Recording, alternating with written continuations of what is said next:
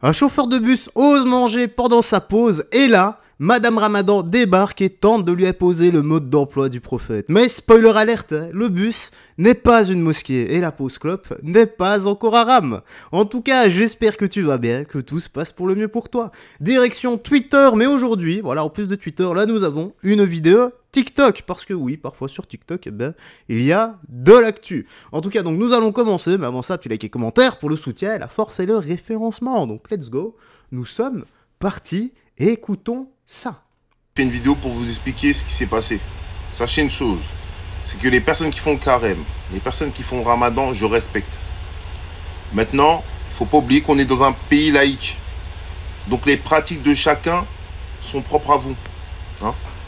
On n'est pas obligé d'aller se cacher pour manger si vous faites le ramadan ou le carême. Donc aujourd'hui, j'arrive à mon terminus. Il me restait quoi? Allez, 10 minutes de pause. À mon bon vouloir, je décide de faire rentrer les gens dans mon bus. Maintenant, je suis en train de manger à ce moment-là. Une dame, elle rentre dans mon bus. Je lui dis bonjour. Déjà, elle me regarde bizarrement. Elle me dit pas bonjour. Je ne calcule pas. Elle revient me voir. Elle me dit, excusez-moi, monsieur, vous savez que c'est le ramadan? Je dis oui. Pourquoi? Elle m'explique parce que, en fait, c'est le ramadan et vous mangez devant les gens pendant votre service. Je dis, bon, déjà, madame, je suis pas en service, je suis en pause. Je vous ai ouvert la porte à mon bon vouloir. Je démarre dans 10 minutes. Elle m'explique comme quoi, si je suis croyant et si je suis pratiquant, je dois respecter la religion des autres. Donc, en fait, je lui explique, madame, vous avez décidé de faire le ramadan. Hein? C'est vous qui avez décidé de faire le ramadan. En aucun cas, je dois aller prendre à manger, me cacher pour manger parce qu'il y a des personnes qui font le ramadan, en fait. Elle commence à me dire quoi? Oui, bah monsieur, vous n'êtes pas quelqu'un qui respecte les religions et vous n'avez pas à manger devant nous, ça sent la nourriture dans le bus. Je dis, madame, écoutez bien. Je suis en pause, j'ai le droit de manger dans mon bus. Je vois pas ce qui vous dérange. Elle commence à s'énerver. Elle commence à me dire, oui, ben, vous êtes irrespectueux. Et ensuite, elle me dit des mots en arabe que je comprends pas. Je me suis même pas pris la tête. Je lui dis, madame... Les mots en arabe, c'était certainement, voilà, la déblatérée sur la physique quantique. Je pense que c'est ça. Madame est une érudite dans le domaine. Écoutez, si ça sent la nourriture dans mon bus, si ça vous dérange que je mange devant vous parce que vous faites le ramadan, descendez de mon bus, prenez un autre bus, tout simplement. Parce qu'en fait, j'ai l'impression que comme c'est le mois du ramadan, on n'est pas libre de boire en public, on n'est pas libre de manger en public. Faut se cacher. Parce qu'il y en a qui font le ramadan. Ben non, c'est pas comme ça. Donc, je respecte les religions, mais c'est pas parce que vous pratiquez une religion qu'on est obligé de se cacher parce que vous pratiquez cette religion. Alors... Bon, ah voilà, en fait on a ici l'effet miroir, l'inversion des valeurs et la dissonance cognitive. Parce que toi tu oses manger, tu oses boire et faire tout ce que tu as envie pendant le ramadan, eh bien tu ne respectes absolument pas. Mais non, on va aller au-delà de ça. En fait, c'est l'inverse également. C'est pas parce que toi, tu as décidé de faire ramadan pour te rapprocher de tout ce qui est spiritualité et te souvenir des personnes qui meurent de faim dans le monde, eh bien c'est toi en fait qui ne respectes pas les gens qui ne pratiquent pas ta religion, tu vois? Ça va exactement dans les deux sens. Non mais sérieusement, ce genre de comportement, on croirait rêver. J'ai l'impression d'être dans un monde parallèle. Et après, heureusement, cette fois-ci, ça n'a pas crié au racisme, hein, mais ça ne m'étonnerait même pas que si on check ici les 6000 commentaires, t'en as certains qui vont encore sortir la carte de la politique, de la victimisation. Ouais, vous respectez rien, nanani, nanana. D'accord, ok, ben on ne respecte rien. Si tu le dis, mais toi, est-ce que tu respectes les gens qui ne pratiquent pas ta religion? Voilà, je dis ça.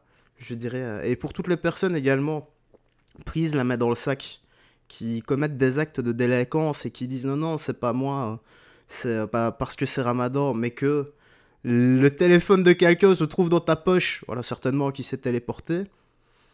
Elle est belle la spiritualité là-dedans, ok, donc c'est le ramadan, ouais, ok, bah fais gaffe, parce qu'un jour tu vas tomber sur ton maître, et ton maître, il va pas te faire pratiquer le ramadan, il va te faire pratiquer le ramasdan, parce que des phalanges dans la tronche, ça calme et ça éduque. parfois.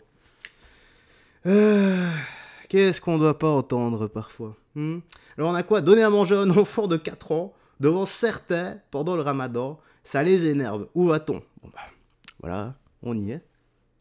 Manger une banane en public au mois de ramadan dans un cabinet de médecin, ça fait chier certains, oui, oui. Donc tout à l'heure, j'étais en train de donner à mon fils, à l'heure de manger, une banane, comme vous avez compris. Ça faisait yesh, quelqu'un qui faisait des off, et ça lui plaisait pas. Voilà. Donc mon fils de 4 ans doit faire le ramadan pour ses beaux yeux. Mais d'où c'est interdit de donner à manger à un enfant de 4 ans? Si ça te plaît pas, reste chez toi, ne sors pas, n'ouvre pas le frigo parce qu'il y a de la nourriture aussi dedans. N'allume pas la télé parce qu'on voit la pub sur la nourriture. Est-ce que vous voyez les chrétiens qui font le carême faire chier tout le monde comme ça? Et quand bien même, si moi, adulte, je veux manger devant toi et je te respecte pas, c'est mon problème. Si tu prends ça comme un irrespect, eh ben c'est ton problème. Ne me regarde pas, ferme les yeux, tourne la tête, va là-bas, va dormir, retourne au lit. Et on va où? La France, elle va où? Oh, dites-moi, hé! Et vous voulez que les gens vous respectent? C'est ça, attendez, le respect, peut-être ça viendra un jour. Pas demain en tout cas, pas demain. Bon, la France, je ne sais pas où elle va, mais en tout cas, moi, à mon avis, je vais aller chez l'ORL parce que dans mon casque, ça hurlait, ça m'a vraiment fait mal aux oreilles. Bah oui, bah encore une fois, voilà, c'est l'inversion des valeurs. Bon, il a le droit, ça peut l'emmerder, il peut avoir faim, etc. Mais rappelle-toi une chose, si tu le fais pour la spiritualité, encore une fois, tu le fais pour te souvenir des personnes qui meurent de faim dans le monde. Mais à côté de ça, je suis certain que Allah sauvera tous les musulmans qui utilisent un iPhone dernier cri, qui vivent en Europe et qui insultent et qui diffament autrui H24. Je suis certain qu'il leur ouvrira les portes du paradis. Eux qui vivent comme des Européens, qui vont en boîte de nuit et qui essaient de se taper de la femelle, plutôt que de vivre sur la terre de leurs ancêtres. Et non, voilà, à la place d'être sur une terre de mécréants. Je suis certain, Allah a bon cœur, et il fera ce qui doit être juste. Spoiler alerte, Jésus a dit « Je suis le chemin, la vérité et la vie. Nul ne vient au Père que par lui. » On a quoi? La gaieté lyrique. Une électrice de la France insoumise se plaint d'avoir été matraquée par des policiers, car elle défendait des enfants isolés clandestins de 35 ans qui sont obligés de dormir dans la rue. Alors, effectivement, oui, il y a un petit bouton là. Ouais, effectivement, c'est grave. Hein. Vous voyez ça là? Et bah, c'est des policiers qui m'ont matraqué. Pourquoi ils m'ont matraqué? Et bah parce que j'ai eu le malheur avec plein d'autres gens de lutter contre le fait que des enfants dorment à la rue. Je vous explique. Ça fait quelques mois maintenant qu'un collectif de mineurs isolés lutte à Paris parce qu'ils sont censés être pris en charge par l'État. Vous voyez ça là? Qu'est-ce que c'est que cette pleureuse? Sans déconner. Sans déconner. Penses-tu sincèrement que coup de matraque dans la tronche te laisse ce genre de choses? Franchement, oh, excusez-moi. Bah, je sais pas, va juste faire un sparring, voilà. Tu vas voir comment tu vas ressortir de là. Un coup de matraque, un coup de métal dans la gueule, comme ça sur le front, crois-moi que t'as pas juste cette petite marque, hein. T'es ouverte de partout et ça pisse le sang. Parce que oui, la tête, ça saigne extrêmement fort. Qu'est-ce qu'il faut pas entendre avec toutes ces pleureuses? Allez, on va finir ici par la voix de la raison, la voix de la sagesse, en plus d'être, moi je trouve à mon sens, vraiment une très très très très belle femme. Elle en a là-dedans. Et physiquement, je la trouve très jolie aussi. Allez, ça dit quoi? La prison, c'est le nouveau Club Med. C'est où pour l'inscription? Vas-y. Ouais, vas-y. Tu n'as pas les moyens d'aller au théâtre ou tu n'as pas les moyens de faire du théâtre, eh bien, va en prison. Ah oui, oui. Bah, va au Baumettes, par contre, oui. Non, parce que la prison des Baumettes, ils vont faire construire un théâtre. Ouais, pour les détenus. Bah oui, non, rien à voir avec, tu vois. Donc, en fait, au lieu... Alors, parce que bon, tu sais bien, la prison des Baumettes, comme beaucoup de prisons, est surpeuplée. Donc, il y a plein de monde, beaucoup trop, hein, voilà.